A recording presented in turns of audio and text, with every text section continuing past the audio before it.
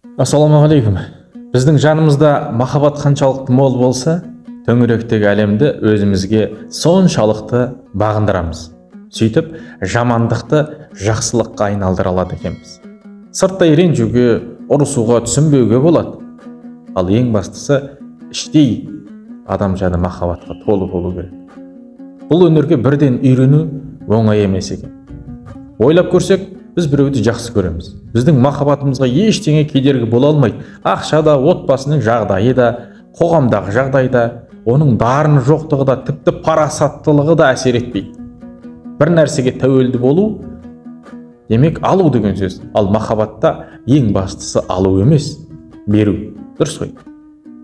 Егер біз өзімізді сатып кеткен адамды, немесе ғайбаттап жүрген адамды жақсы көре білсек, демек біздің ол адамды жаратқан Алланы жақсы көргеніміз екен. Алланы жақсы көргеніміз. Таңертең оянғанда Құдайға шүкір, тағы бір күнге аман жеттім деп шүкірлік етіп, адамдарға титімдей болса да бір жақсылық істеуге талпынған адам Құдайын сүйетін адам.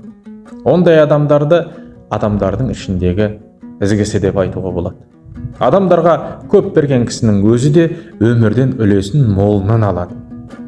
Жатарда күнді жасаған іс, айтқан сөздеріне шолу жасап, кемшілік жіберіп алған мезеттер үшін Алладан үнсіз кешірім сұраса, өзін ренжіткендей жағдай болған болса, себепкер болған адамды көңілімен кешірсе, осы оқиғаға қатыстылардың жаны жайланады, өшпенділік жоғалады деп ойлаймын. Міне, осындай қарапайым қағидаларды ұстанып, қарапайым болып, өмірде түрлі ізгі жақсылықтар жасауға, жақсыдан қатарында жүруге болады. Еліміз аман, жұртымыз тыныш болсын, аман болыңыздар.